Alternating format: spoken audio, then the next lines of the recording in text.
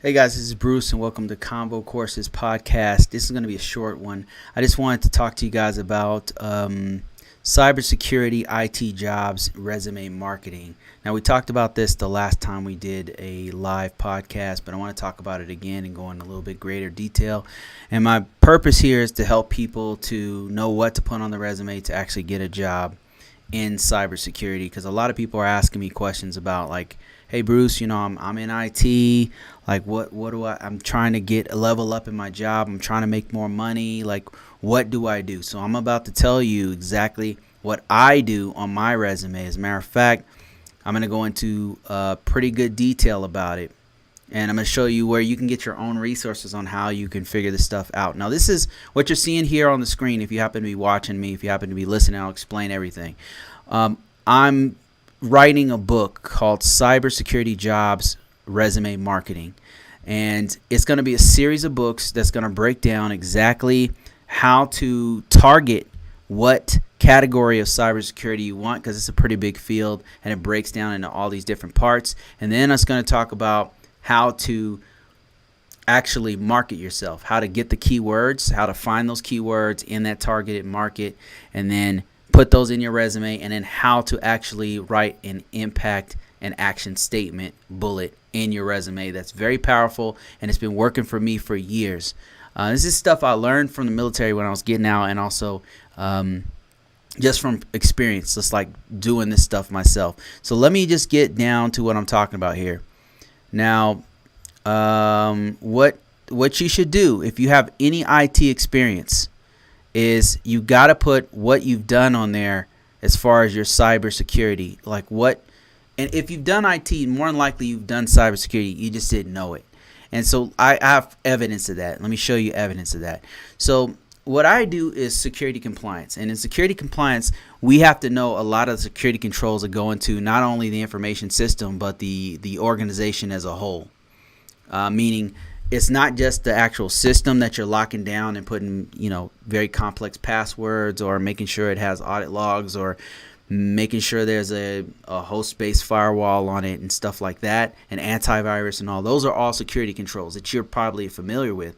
If you've ever done any of those things, guess what? You've done cybersecurity, and you need to put it in your resume. So in this book, what I'm going to do is tell you not only what keywords to put in there and where to find those keywords, but also how to word it, and explain how you participated, how you conducted and enabled configurations for security controls. In security compliance, I'm very familiar with all of the rules and all the security controls. And one of the actual compliance frameworks that I use is NIST 800, but there's many others. There's HIPAA. There's PCI compliance. There's some of them are just laws that kind of briefly explain what you can and can't do. Some of them are in very great detail, like NIST 800. And one of them is called the CIS Security Controls. So I use that one as an example in my book, because it's just it's perfect for what I'm trying to show you, because NIST 800 has over 1,000 controls. So that one wouldn't be right for this particular book. Like if I'm writing a book about that one, or I'm breaking it down differently. I actually have written a book on that one already, but I'm writing a whole series of books just on this 800 and how you can use it practically. But for the purposes of getting your work experience in, what I do is I tell you, okay, here's how you put it in. Here's the format you use that's going to help you to get your resume in front of more people. It's called an ATS style resume. Here's how the date should look. Here's how it should look when you put your position in. Here's how all of that stuff's in here. But more importantly, what I do is, and there's some misspellings in here because I've got to edit it. I'm actually working on that now. But I just kind of took a breather and took a break so I can show you guys what I'm doing here. So what I want to show you that's important is, let me see. I'm getting down. Oh, here it is right here. So here, if you could see my screen, these are all the controls that are in the CIS critical security controls. This is also known as the SANS top best security practices. But These controls explain all the things that an organization needs to have in order to secure their system. If you've done any of these things as an IT professional in your profession, whatever profession you're in, you've done these things, you have done security, and you need to put it on your resume. You need to put it up front in your resume. So let me just go through a couple here to give you an example. So I'll pick a couple here. One is what's a good one? Let me see. If you've done, okay, here's a good one. Here's a couple good ones. One is email. We'll start with audit logs. I like that one. Audit log management. If you've ever enabled audit logs, for example, if you've ever monitored audit logs, if you've ever, for any reason, had to analyze the audit logs, that's a cybersecurity thing you got to put on your resume. Audit logs, if you didn't know, another name for it is event viewer, event logs.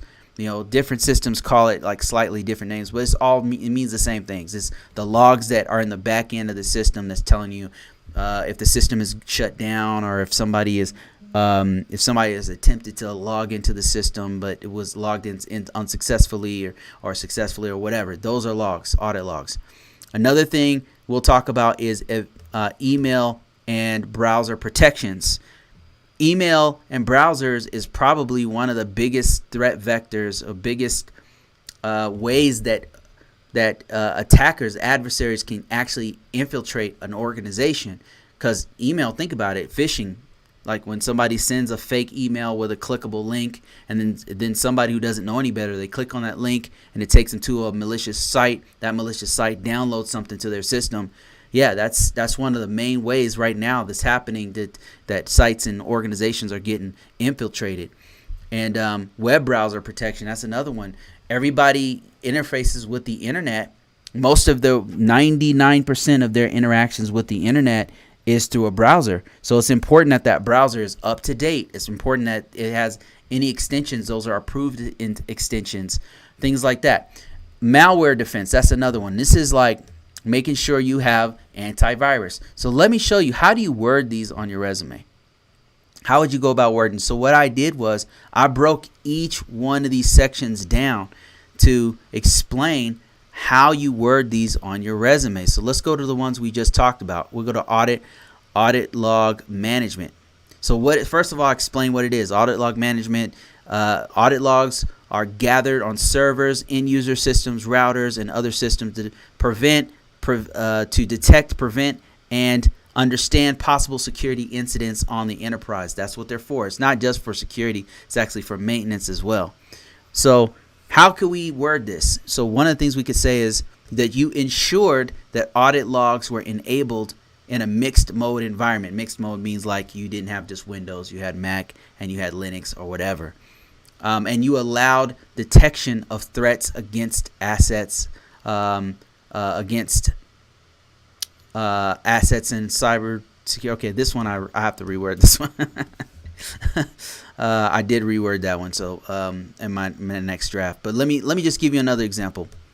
Conducted security audit log and analysis to detect anomalies or abnormal events that might match adversarial tactics, techniques, and procedures that are in the MITRE attack framework. And the reason why I put these together, this sentence is very tactical, because I put a whole bunch of keywords in there. They want to see that you know the MITRE attack framework. If you don't know what it is, go look it up. It's really important to cyber threat intelligence. Whenever you do cyber threat intelligence, it's like a breakdown of different types of attacks. And I'm sure most of these you'll be familiar with, like how do people infiltrate a network via a Trojan horse? How do they actually infiltrate? MITRE talks about things like that. MITRE talks about cross-site scripting. MITRE talks about escalation of privileges. It breaks all these things down and kind of gives you an idea of the path that an attacker, an adversary takes to get into a network, and you use the terminology to basically establish a pattern. And this is really good for writing reports. It's really good for your resume. It's really good for articulating what kinds of threats and what kind of vulnerabilities you have to avoid within your organization. So this is a really good keyword, and I see it all over Things like if you're going for a cybersecurity analyst, MITRE, you need to have that on your resume. And then audit log analysis. This is another key word. So you can see that what I'm doing is I'm giving the action of what you did pertaining to cybersecurity. So if you've done IT, more than likely you've done something with audit logs. You have to articulate that. So I give you several different examples here of how you can articulate and how you can word your the bullets on your resume. And I apologize for this. This is like a rough draft. I have another updated one that I'm working on my other computer. So let me show you another one. And here's another one right here. This one doesn't even have bullets on it. This is showing you how I'm literally working on this as we speak. So bear with me here. Let me just put some bullets on it so it's clearer to read. Okay, so this one is CIS Control 9, email and web browser protections. What is it? So it's protection of email and web browsers. And this has everything to do with what we talked about earlier, which is making sure that users are educated on things like social engineering. What is it? How do you avoid suspicious emails and clicking and opening up things that you shouldn't open?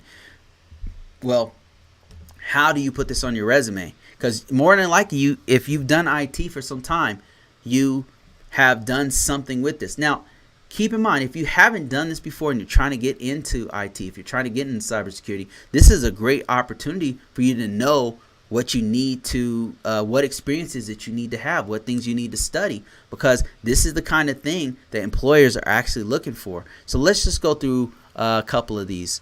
So one is updated signatures on enterprise antivirus software for proactive protection of 1,500 endpoint devices and servers on the LAN. So we've got a couple of really good keywords here. We're talking about antivirus software. We gave an impact. Now, this is another thing. You use numbers to establish the impact to your actions, because it's one thing to have an action, but it's a whole another to actually show the impact of what you did, so that the employer, when they're reading your resume, they're like, okay, this guy does know how to do antivirus, but wow, they did 1,500 endpoint devices. Okay, this person really knows what they're talking about. And another step you can do is actually name the actual software that you used. That's also a great tactic, because a lot of times, like what I've noticed, and right now I'm actually interviewing for jobs and stuff, and they keep asking me specifically, do you know semantic endpoint protection? Because that was on my resume. They keep asking me about it. And have I implemented it? Have I maintained it? Have I configured it? All those kinds of questions. So you can name the actual enterprise antivirus that you actually used, whether it's Sophos or if it's Semantic or McAfee or whatever it is. You can name it so that they'll know which one you're using, and that becomes a keyword as well. Let's see here. Set up DLP technologies like Proofpoint, email. See, this one I'm mentioning it. DLP and CASB, Microsoft Information Protection, MIP, Microsoft Security Suite, Defender. So I'm naming a whole bunch of tools here. Tools are also a keyword. So that's something that you should also mention on there. Okay, let's keep going. There's a couple of other ones here, but let's go to the last one here. Malware defense. Now, this is, most people who are in IT have done this before. So if you've done this, you've got to mention it on your resume. You've got to put these security features. Anytime you've interacted with a security control, you have to put it on your resume. Otherwise, the employer is not going to know what you've done. So this is one of the main ones, and this is, most people have done this. If you've done IT, you've updated the antivirus software. You've updated the signatures of the antivirus software. You've removed antivirus on there. So you've got to put it on your resume. And this one actually I didn't actually put the breakdown of the bullets here, but it's on my. This will be in the book. So just stay tuned for this. The reason why I decided to do this book, I took a kind of a respite from the risk management framework series because people kept asking me the same questions over and over and over again about like, hey, Bruce, what do I put on my resume? Like how can I get in? I've been doing this for 15 years. I'm working in a job I'm not getting paid a lot, but I have 15 years of experience, and why am I not able to get six figures? Why am I not able to get a better job? And then I look at their resume and they're not really talking about cybersecurity. And I'm like, you want to get a cybersecurity job, but you didn't mention cybersecurity on your resume. And I'm like, you got to put it on your resume. So they'll send me their resume. I'll take a look at it. And there's nothing on there that talks about cyber. So what I'll do is I'll just put in some keywords and I say, look, this is the kind of stuff you have to do. And now I'm trying to put it into book form where I can just basically giving it away, because it's going to be a pretty cheap book. It's not going to be expensive, but it's going to help a lot of people out. So that's kind of what I'm going with this. And I'll let me see if I can answer a couple questions here. I see a couple people have joined me. Thanks for watching. I appreciate you guys. I know this is not the normal time that I do this. Smooth Virus says 1,500, more like 150,000. Yeah, true. Okay, so let me go to, I had some stuff open here if it didn't crash on me. We got some questions. Let me see if I'll just answer like one or two. I won't keep you guys too long here. And this will actually be an audio file. If you didn't know, I have if you go to Podbean, right? If you go to Podbean, ConvoCourses.podbean, that's where my actual podcast is, and I've been putting them out daily. So go ahead and check that out. There's a whole bunch of them that I hadn't released, so I've been releasing those ones in podcast. Let's see. Let me see if I can answer some relevant questions here. Okay, somebody talked about the Kia challenge. I don't know if you guys knew this, but something's going on where people are stealing Kias using a USB cable. Kias and Hondas, I believe, of a certain type. It's called the Kia challenge. Look that up. It's pretty, especially if you have a Kia. Hyundai, that's what it is. Kia or Hyundai. Let me see if I can answer some more questions here. It's mostly about the Kia challenge. Somebody asked me about my book. I probably need to respond to that one. Whoa. Okay, that should have been blocked. Okay, I'm going to go to TikTok. Let's see if there's some questions here. Lately, I've been getting a lot of questions on TikTok. And so I answer these one at a time directly usually. But let me see if I can answer at least one. Could I get into cybersecurity with just 1 year of help desk and one of these certs? Absolutely, you can. This is exactly what I'm talking about. So if you've been on the help desk for a year, more than likely you have done cybersecurity. So this is exactly what I'm talking about. You have done cybersecurity before. You just have to put it on your resume. If you put it on your resume, you will get hits. You will get people contacting you about this. And that's what this book is all about. Let me see if I can bring that up again. 9, which version? Okay. I've got so many. That's when I write. I have a whole bunch of versions. I have a whole bunch of versions of my book where I'm constantly updating the book and stuff. So let's see. Setup marketing. I tell you how to market. Once you create an awesome resume loaded with keywords and lots of action and impact statements, I show you how to market it. And this is something that's been working for me for many, many years. I've been using the same thing. And what I didn't know that I was doing right is I was using the correct format for my resume. I didn't know until recently. It's called ATS style resume. And it looks a little bit like this. It's very plain. It doesn't have any kind of, and that's the thing. I have an ugly resume. It's ugly, and there's misspellings in my resume.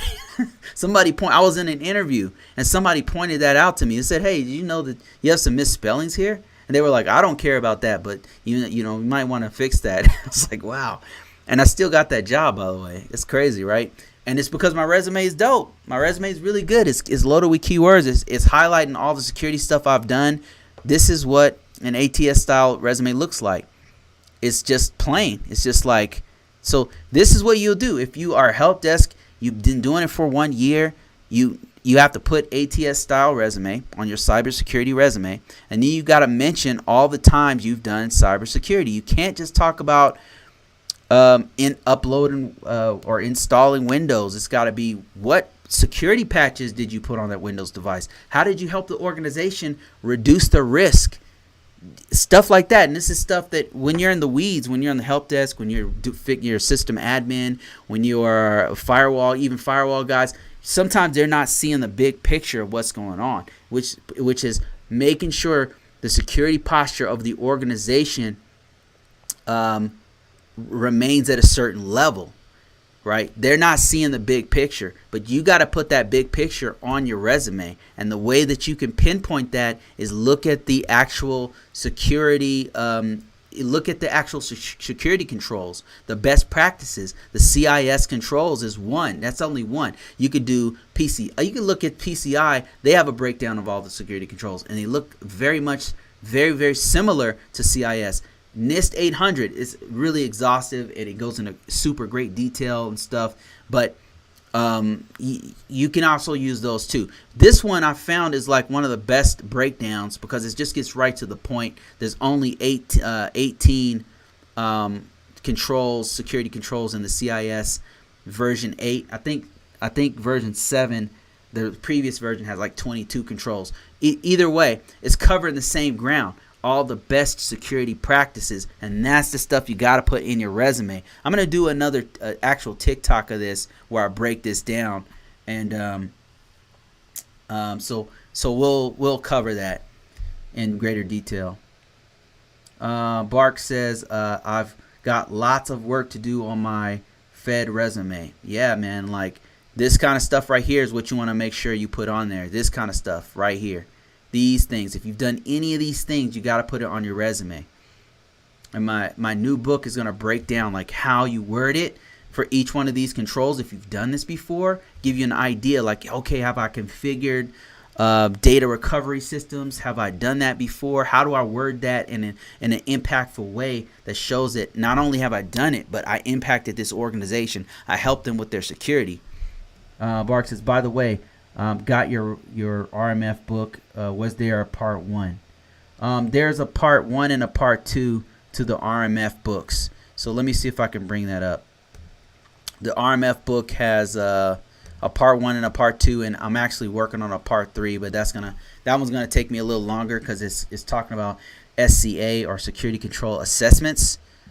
Let me show you. Okay, I'm gonna show you on 2 different platforms. I'm gonna show you on Audible, and then I'll also show you, because I've got an Audible version of it. If you happen to be driving on your commute, you can actually just listen to it, or if you happen to be jogging or something, listen to it if you want to know more about risk management framework and the controls and how it's broken down and stuff like that.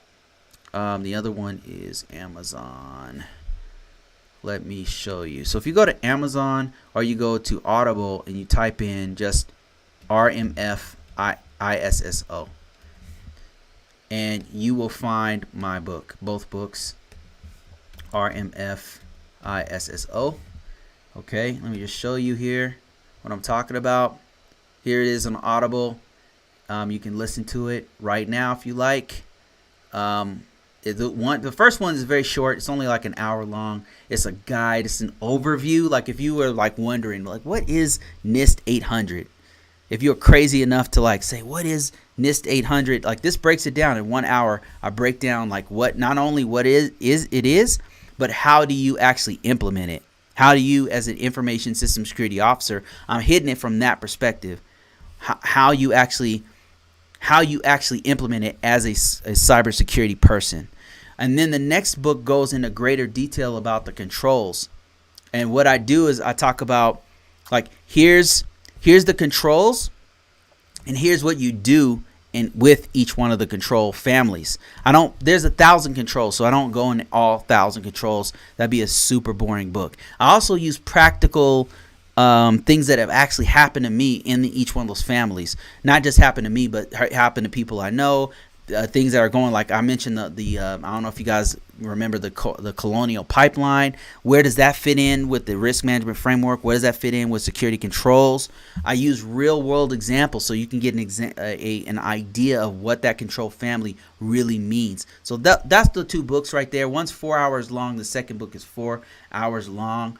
So I think it's a really good book. I haven't seen anybody write it like that before. So where you're using practical stuff, and I'm kind of doing the same thing with the SCA book. The SCA book is going a lot deeper than I wanted. It's kind of like when you write, sometimes the book goes in its own direction, and that's kind of what's happening with SCA. It's just getting way longer than I thought it was going to get. I got to chop it down a little bit. Let's see. Bruce helped me land a federal contract job in cybersecurity management. Man, Smooth Virus is the man. This person I know personally. So the advice he gives you does work. Man, it really, really does work. And I only mention it because I've been doing it for years. It's the same tactic I've been using for years, and I constantly get work. I don't have to worry about not having a job because I use this technique. And sometimes I got to turn the tap off, right? I turn it on, and it's like a flood of all of these different opportunities, and I got to turn it off. I got to turn the taps off so it stops. And right now I'm going through that process right now, and it's something else. I'm actually doing background checks and stuff with a job that I got chosen for. Bark says, awesome. I have a good state level experience, but new to Fed. Oh, okay, that's great, man. That fits right into the state federal stuff. It kind of goes hand in hand with I believe state uses NIST, right? Well, some states use the NIST 800 framework. So if that's the case, you'll fit right in there. Federal stuff does things a little bit different. There's a lot more details.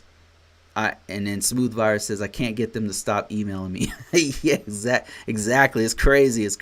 You got to make sure all of your monsters got to be turned off. Like make your resume invisible. You've got to turn off. But what happens, Smooth Virus, is that it works so effectively. He's talking about this method that I have.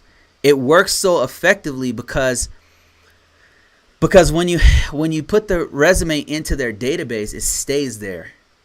It stays in their database for years. I got people calling me from a resume that went into their database 5 years ago, and they're contacting me and say, hey, are you on the market? Like, your resume fits this job that just opened up with Boeing or with whoever, right? All of these different companies. And they're calling me from my resume is 5 years old in their database, and sometimes I'm like, nah, that's my old resume. Like, here's my new one. Like, here's an updated resume. It really works. Like, this technique really, really works. So if you're like really looking for a job, you're really trying to level up, then you should be looking out for this book because it's coming soon. It's coming within the next 30 days for sure. And then I'll have a follow-up book where I break down something called a NICE Cybersecurity Workforce, where I break down each category if you're trying to level up from one category to another. If you're from IT and you want to target a specific genre of cybersecurity, because there's many different kinds, then that's going to be the second book. And that one I should be able to knock out pretty fast, I hope. And then I'm thinking about a third book in that series where I'm talking about either remote work, because I've been able to work remotely for over 6 years now. And then I'm thinking about doing one for entry level, because I get a lot of questions on that one as well. So those books are incoming. First book in the series is going to be called Cybersecurity Jobs, Resume Marketing, and that one's coming real soon. And it really, really works. It's all about finding patterns and exploiting those patterns and putting that on your resume. It's like you're hacking. It's like you're hacking the entire system to make sure that your stuff rises to the top every time. And it's really, really been working for me. Okay, there's a conversation happening here. Let me see. It says Bark says he's in Virginia and he's got a CISSP with 18 years of experience. Holy crap, man! You about to make some money. If you got the CISSP, you're golden. Absolutely, that's true. Let me see. And he says, yeah, you'd get around 200,000 or more in Virginia area. Virginia pays really good, especially if you've got Virginia, Maryland, DC, that area, the DMV area, DC, Virginia, Maryland, DC, Maryland, Virginia, DMV. Yeah, so much. Anyway, so that area pays really good. There's so many jobs in that area. Pays really, really well.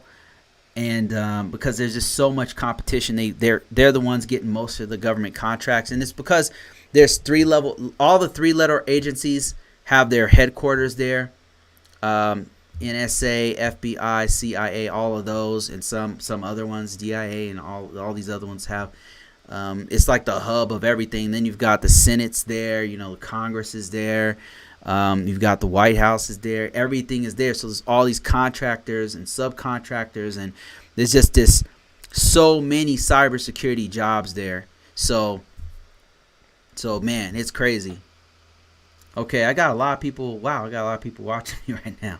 Mike Ville, how you doing? Bark, I've got Smooth Virus. I've got Ludwig. Hey, thanks guys. Thanks for watching. I appreciate everybody. And if you guys didn't know, if you're catching this late, what I'm doing is I'm talking about another book that I'm putting out real soon. You're looking at like the rough draft.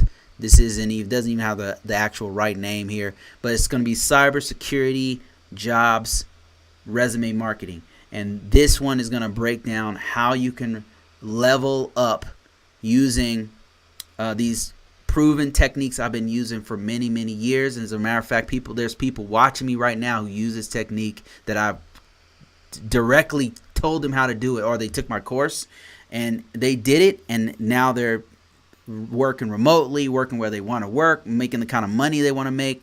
And that's what I'm trying to help people to do, to try to make a whole bunch of mini Bruces out there, so you guys can reap the rewards and the benefits of cybersecurity that I have over all of these years, and not have to worry about the recession or people saying the economy is going to collapse or whatever. Because no matter what happens, cybersecurity is necessary, because all of us are relying more and more on information technology. And the more we rely on it, the more heavily we rely on it, the more protection is needed for your personally identifiable information, your private information, more protection on your social security numbers, your banking information, your healthcare information, you name it. Every industry needs cyber security. So the right now, as a matter of fact, there's something like 700,000 jobs that are positions that need to be filled, that are in the government space alone. So yeah, I'm telling you, this is a perfect opportunity to strike while they really need more people. There's been a huge vacuum of people that have retired, gotten out of this career field. A lot of boomers are getting out because they're 60 plus. They're kind of getting out, retiring and stuff. So now there's this huge vacuum of people who need to come in. Fresh blood is needed to make this system work. Mike Ville says, I'm in school doing cybersecurity and cloud. That's awesome. Mike, I would highly suggest getting a cloud certification. The AWS Cloud Practitioner is a really good one. I would come out of school with that. And then also, as much as you can, Mike, if you can get some kind of experience under your belt while you're in school, that would be awesome. Get some sort of experience so that when you're already starting to fix your resume up, right? And the things that you need to do, the kind of stuff they want to see on your resume, I mentioned in this book. I break it down, like how they want to see it and all that kind of stuff.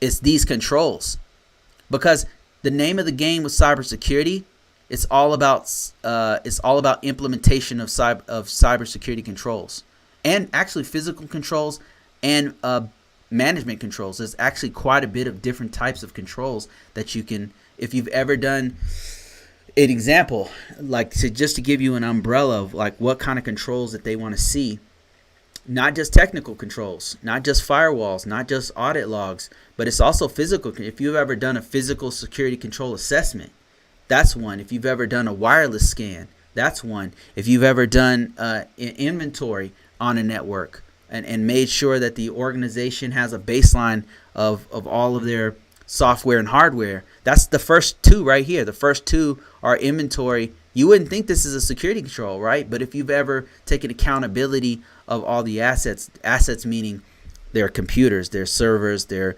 workstations, their laptops, their phones, and made an inventory, a list, and you've maintained it in a database or whatever have you, if you've done that before, that's actually a cybersecurity controls. So you got to put that on your resume. And before you get out of school, Mike, if you can, try to get work. I'm working in the college as a front desk. That's awesome. If you can get some cybersecurity under your belt, some kind of, if you help them to, for example, update their virus definitions. Like say you have a desktop right in front of you, you help them to upload their virus definitions. Put that on your resume, because you can literally name the school and say, I updated, X amount of systems with I updated a critical system with the most current signature for McAfee antivirus, whatever. Like, you could put that on your resume. Start building your resume before you even get out of school, because the most important thing when you get out is going to be your experience. Yeah, your degree is great. Like, if you have a bachelor's degree, especially if you have cloud experience. Another thing, build a cloud server before you get out. And that's something you don't even need the school for. You can build a cloud server and get an AWS cloud practitioner certification, and you put that on your resume. If you can help the school do any kind of cloud stuff, put that on your resume. I'm in the CCDC team. Yeah, man, that's awesome. What does that stand for? CCDC team.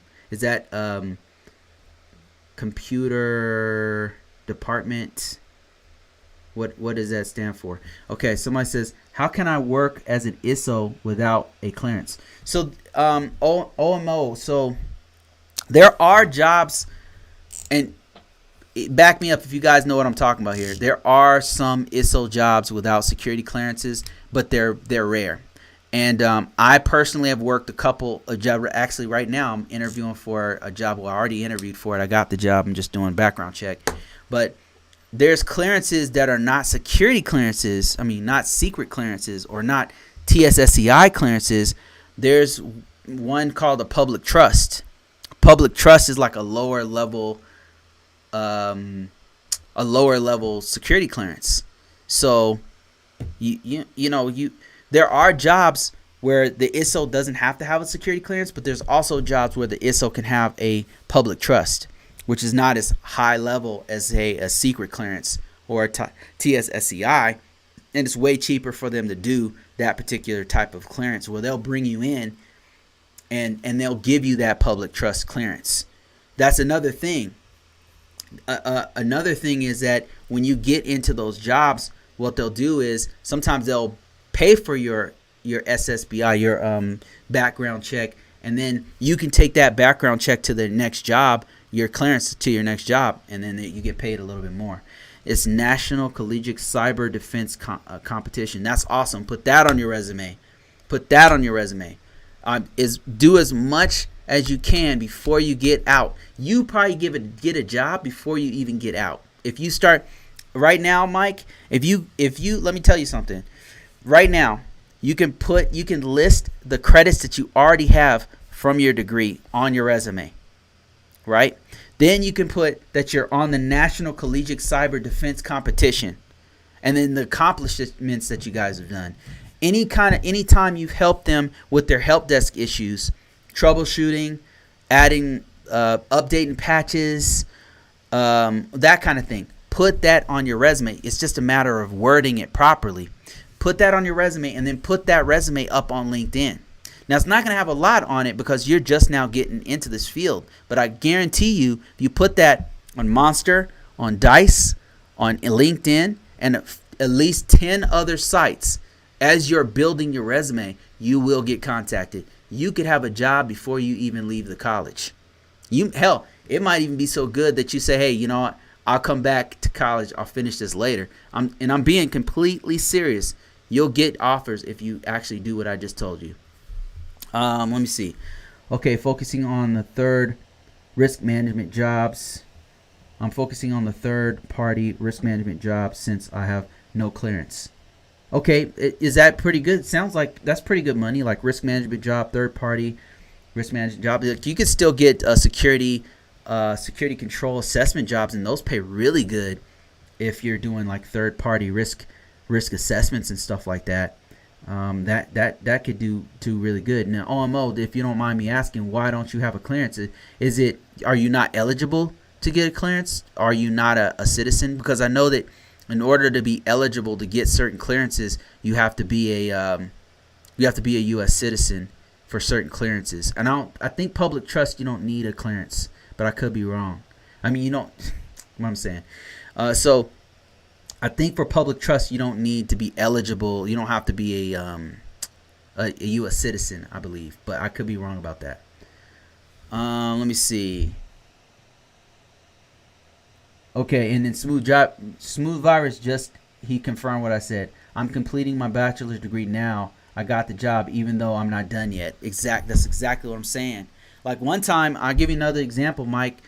When I got out of the military, I had experience doing the work, but I didn't have all the requirements. I had a degree, but I didn't have the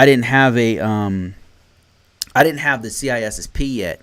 But because I had the experience, they said, hey, I sat through the interview. They loved me, and they're like, listen, we want to take you, but only thing is this job requires a CISSP. Can you get a CISSP within a year?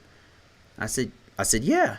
And they said, we're going to send you to a boot camp so you can get this certification, and we'll pay for the certification, but you got to get it within a year. I said, yes, I'll do it. So there's flexibility. Like even while you're in school, if you start to build your resume and market yourself, like I just told you, you can start getting a job. You could actually get a part-time job making really good money in IT and cybersecurity while you're finishing your degree. And actually the company, a lot of times they want you to finish that degree, because as soon as you're done with it, they'll be like, okay, you're a supervisor. Okay, we got to pay you more. We're going to put you over here. They'll do that from time to time because they really need people who know what they're doing. They really need people who are willing to work and do this and level up. Let me see. OMO says, I'm a citizen. Man, then what is happening? Why don't you? So, OMO, like if you're looking for security clearance, then what you could do, one of the things you can do is, especially if you live on the East Coast, they have a lot of jobs that require security clearance. If you have the skill set, you said you work as a risk management framework person, third party, but you don't have a clearance. You could get a job, even if it pays a little bit less, right? But they're willing to pay for your clearance. Listen, it will be worth your time to work there for about 6 months. Have them get your clearance. Take as long as it needs for them to get you a clearance, and then bounce, roll out, and go to another place and be like, hey, I got my clearance. And by the way, I'm a risk management framework person. They'll pay you more money. They'll pay you more money. Hell, after you get the clearance, they might even update you. They might even pay you more. It says, I'm doing things backwards too. I'm in the healthcare and got a Security Plus and plan on going to get my master's in cybersecurity. That's awesome, man. Like healthcare has so many great opportunities because there's such a huge need for healthcare professionals, people who are well versed in the healthcare industry, to be cybersecurity or IT people right now. And I can just give you one example of what I'm talking about. Like it's so crazy right now. Let me just show you what I'm talking about. There's my book right now. My book's right there. If you guys are trying to learn risk management framework, ISO stuff, it's blowing up. Let me see. So let me just take you to this site. This is a DISA site. I'm gonna take you to a DISA.mil site. Now you might be wondering, like, what does that have to do with healthcare? I'm about to show you. This is how crazy healthcare is. So I just typed in DISA.mil 8140. So let me just show you to this site. So 8140 and 8570 is like a breakdown of all the approved certifications that the Department of Defense, and by proxy some of the federal government, actually uses to say, okay, these are approved certifications. So what I want to show you is this right here. See this right here? What's that say? You see that? This is on the approved list. This is an IAM level 2. IAM level 2 means Information Assurance Manager level 2, which means it's a fancy word for information security cybersecurity for information security management, and it has HCISPP.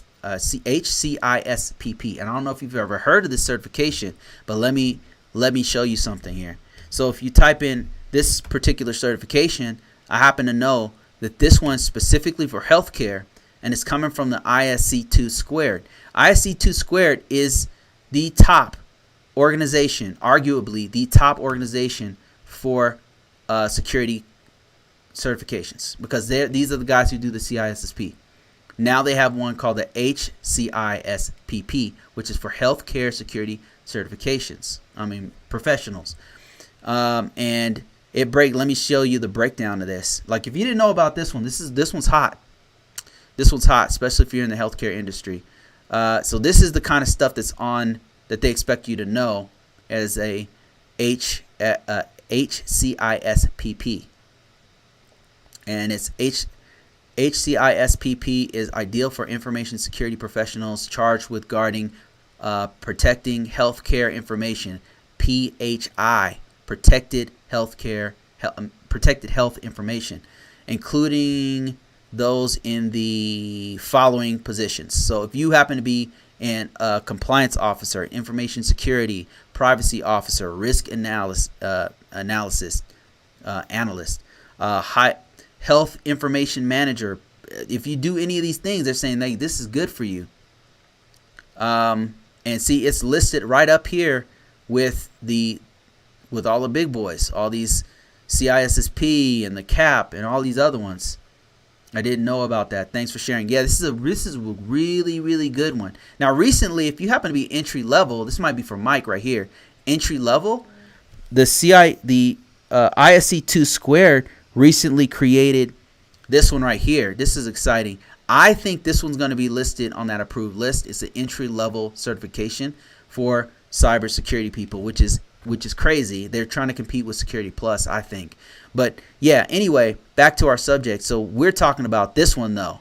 So this is crazy. So he just recently added this to that Department of Defense's list of certifications. That means this certification is about to blow up. That means a lot of contractors, a lot of recruiters, a lot of HR departments are going to start listing this as a requirement at major healthcare facilities, so that you have this certification. You get something like this under your belt, and the thing is, if you've been doing this in the healthcare field for some time, you might just blow this test out of the water. And then they have a breakdown of topics. So I think you have to give them your information. They'll send this to you, and you'll have their newsletter or whatever. But they have a breakdown of the domains, which I'd be interested to see this right here. Oh, here it is right here. Okay. Sneak peek at the domains. Here's the chapters. Third-party risk management, introduction to healthcare industry, governance, legal, risk, compliance. Yeah. Really cool stuff. Really cool stuff. They're saying it's already ranking in 39th among security clearances. I don't know about that, but that came from Certification Magazine. Okay. Yeah, so that's really good stuff. Exciting times. If you happen to be in this field, it hasn't always been like this. It's really hot right now. There's so many job opportunities, and I just want to show you guys this little before I let you go. There's so many jobs that they're looking for recently. This is from July 1st, 2021 of last year, all the way till now. This is from July 29th. The White House is pushing to fill 700. This is real.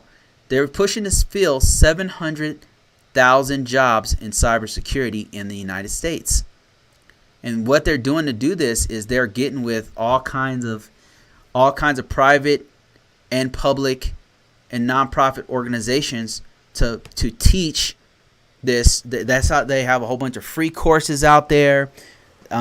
They've got a bunch of organizations that are trying to get entry-level people in cybersecurity, like I believe Booz Allen Hamilton did it.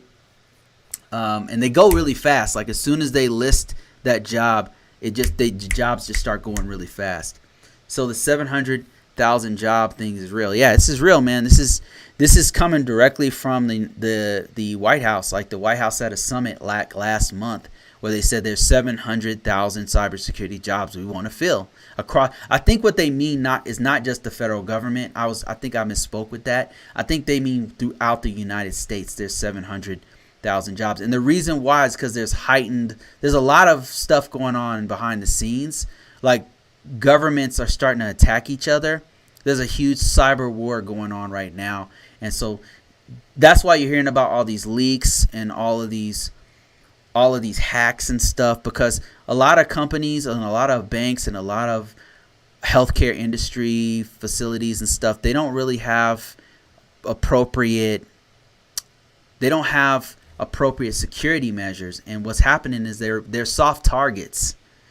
And they're going, these hackers, there's criminal gangs, there's some that are backed by government, state governments, there's some that are backed by, you name it, criminal organizations, they're just trying to get money, whatever.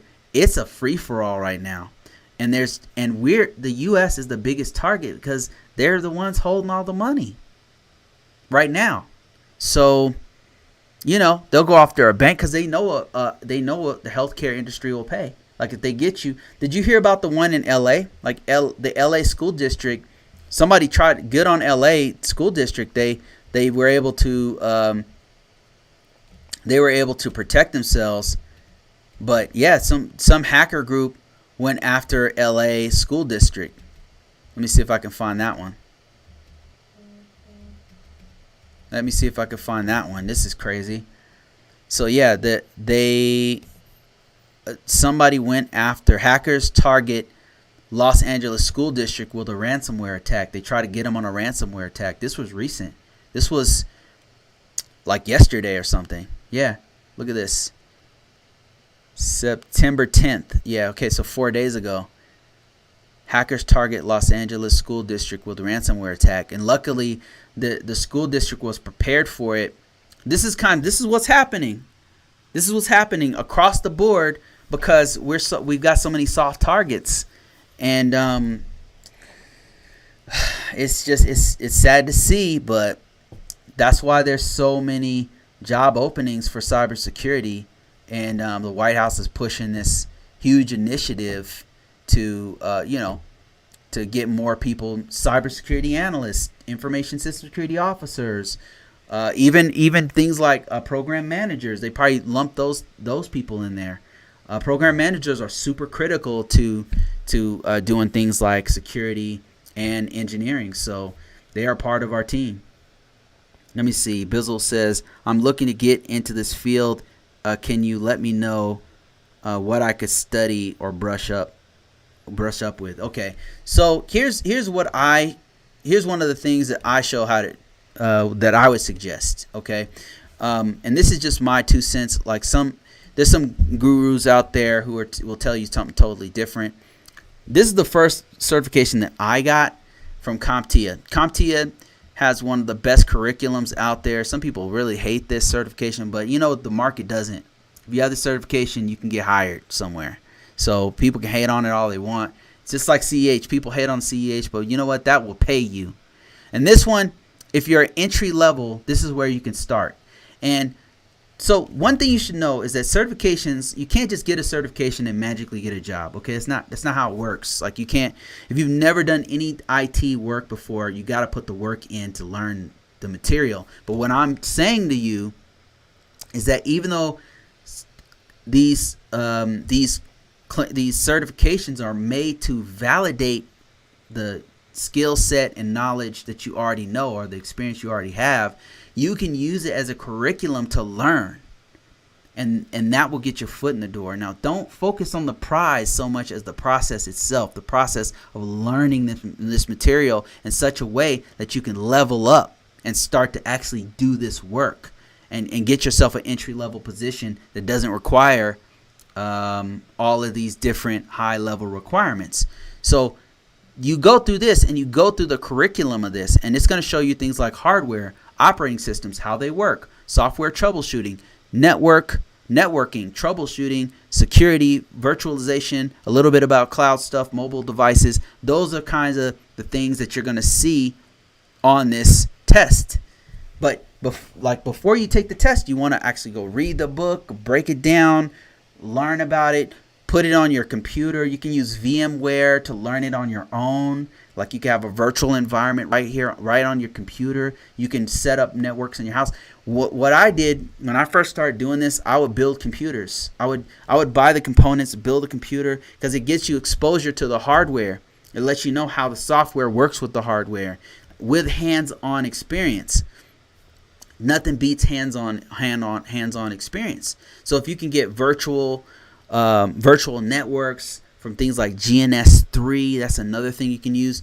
Once you get this certification, like what you want to do is study.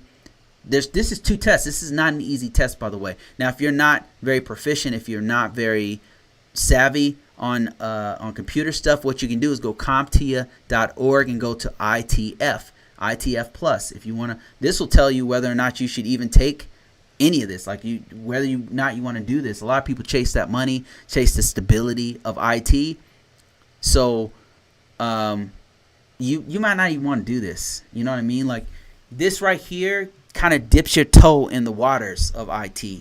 So when you probably are thinking, Bruce, I don't care about IT. I want to do cybersecurity. Yeah, I know. I understand.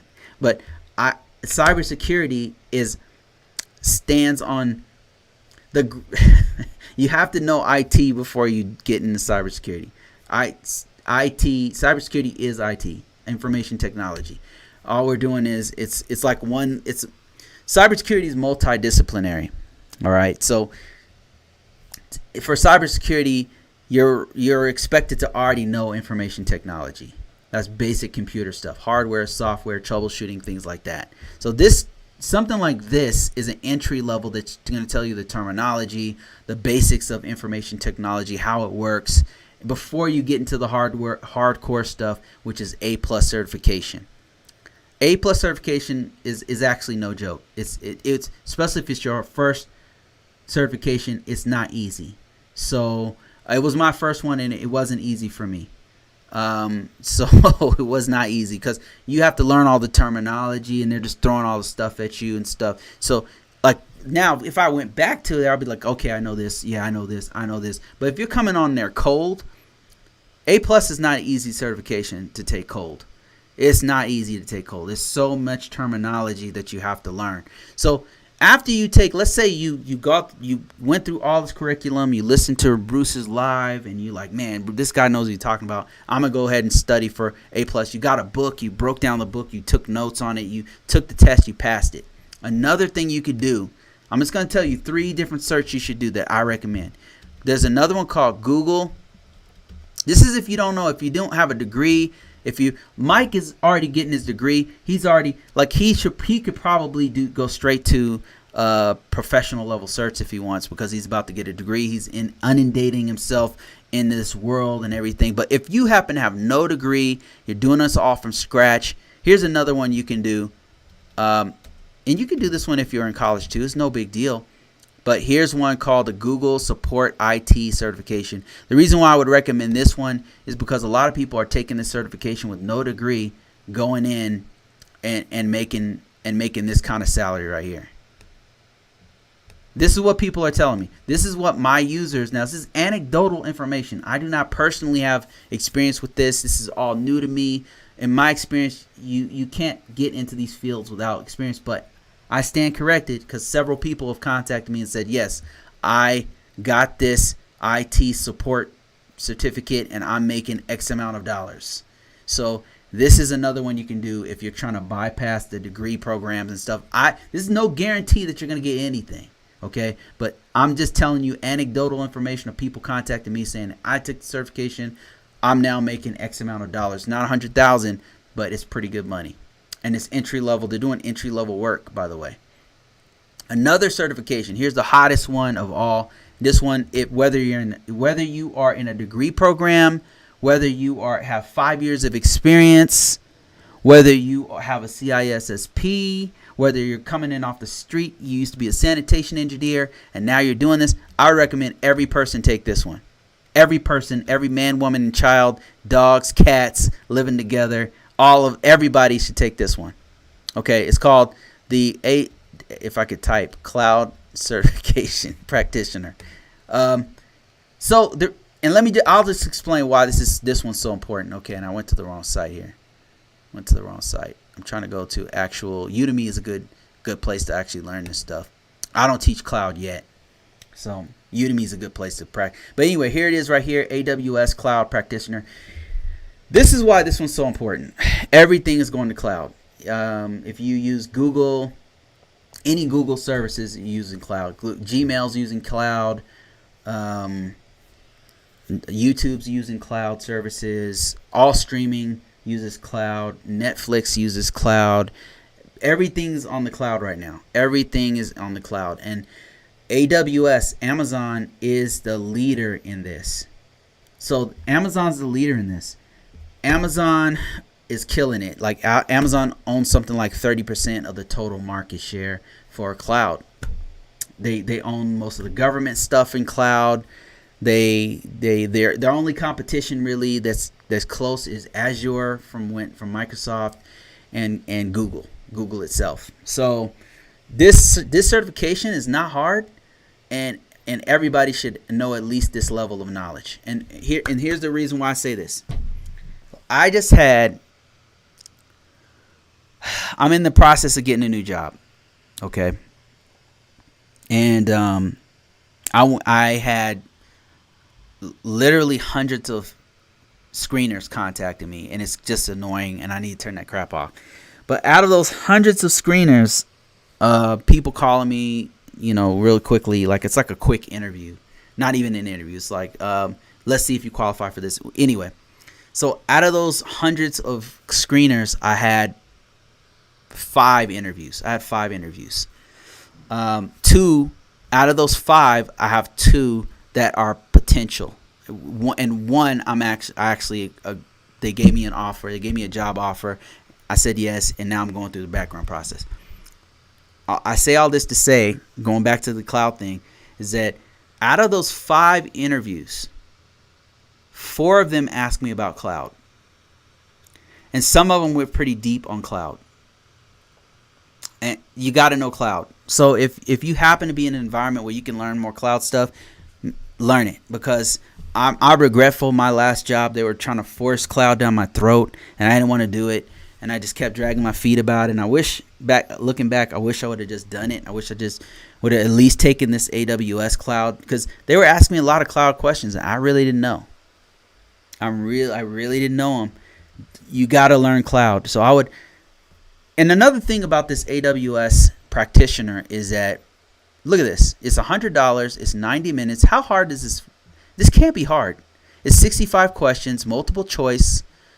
Pearson peer review. This has got to be easy. And I'm going to take this test. Period. They ask me way too many questions about it. It's getting way too ridiculous. I need to know more about cloud stuff. I need to be able to speak on it. And I was not able to do that. And so 4 interviewers asked me about freaking cloud stuff. And I'm like, damn, like I really should have got more information on this. I don't even do cloud. I'm doing information system security officer type stuff. That's the jobs I was going for. And they keep asking me about cloud. I'm like, damn, like, can you ask me risk management framework questions? Like, what's cloud? Like, I have some exposure to it, like FedRAMP and stuff like that. But they were asking me like, how do you set it up and stuff? I'm like, what? What's the difference between a PAAS and a SAAS? I'm like, oh my, what? That kind of stuff, really basic stuff, cloud, but I didn't know it. So yeah, check this one out. Somebody asked me, do you have a resume template? I do. So if you go to my site, I'm working on breaking down. I'm working on having like a complete breakdown of several different resumes and resume samples and stuff in ATS format, but it's going to take me a while to do. I got to get off this call so I can go do it.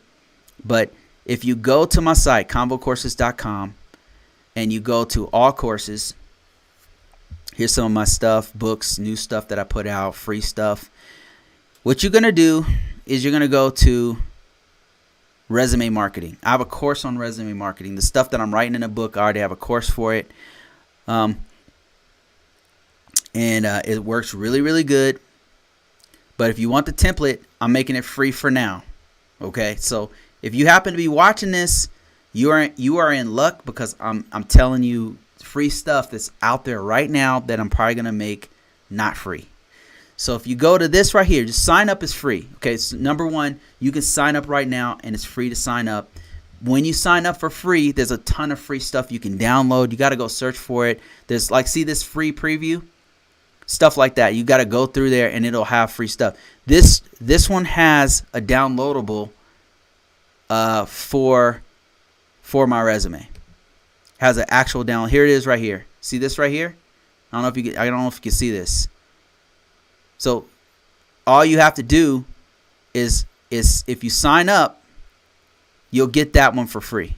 You'll get that one for free. That's the template. Not always going to be free. Some of the stuff I'm gonna make it paid. But for now, it's free. So yes, the answer is yes. I do have a resume template. I'm gonna make a lot more. They're gonna be linked from the book. I don't know if I'll make them free or not. I'm not sure. Probably maybe initially. I don't know. But stay tuned for that. But in the meantime, there's an ATS style resume that's out there. And thanks a lot, Smooth Virus, for your testimonial.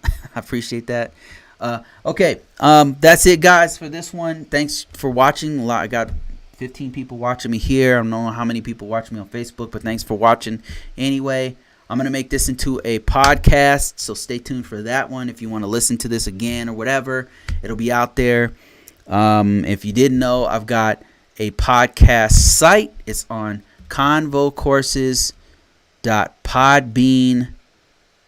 I got to get used to saying this. ConvoCourses.podbean.com. Here it is right here. Here's everything. Here's all my podcasts if you're interested in just listening. I got more coming out. I've been trying to crank these out every day. Not easy to do. But here's, somebody said, I'm sorry, can you show me where to navigate? Okay, go to ConvoCourses.com. ConvoCourses.com. Courses.com. I'm working on making this its own separate link, but for now, I gotta focus on writing this book. Okay, so go to all courses, and then go to the course where I talk about marketing, cybersecurity marketing. That breaks down what you do on a resume. And on here, I have a free resume. If you can sign up for free. You can sign up for free, okay? This says $145, but you can sign up for free. Totally free. And then what you're going to do is go, if you sign up for free, tons of downloadables. See this one? See, this is free. You'll see this free stuff popping up. If you go to resume here, that's where it is right there. ATS resume sample. I've got a whole bunch of other stuff coming, but I'm right now currently working on it. Like, obviously I'm in this live right now, so I can't do that while I'm in this live, so I really got to let you guys go. Thanks a lot for watching. I appreciate everybody. Tony, long time no see. I'm out of here, guys. Thanks everybody for your questions. Thanks for interacting.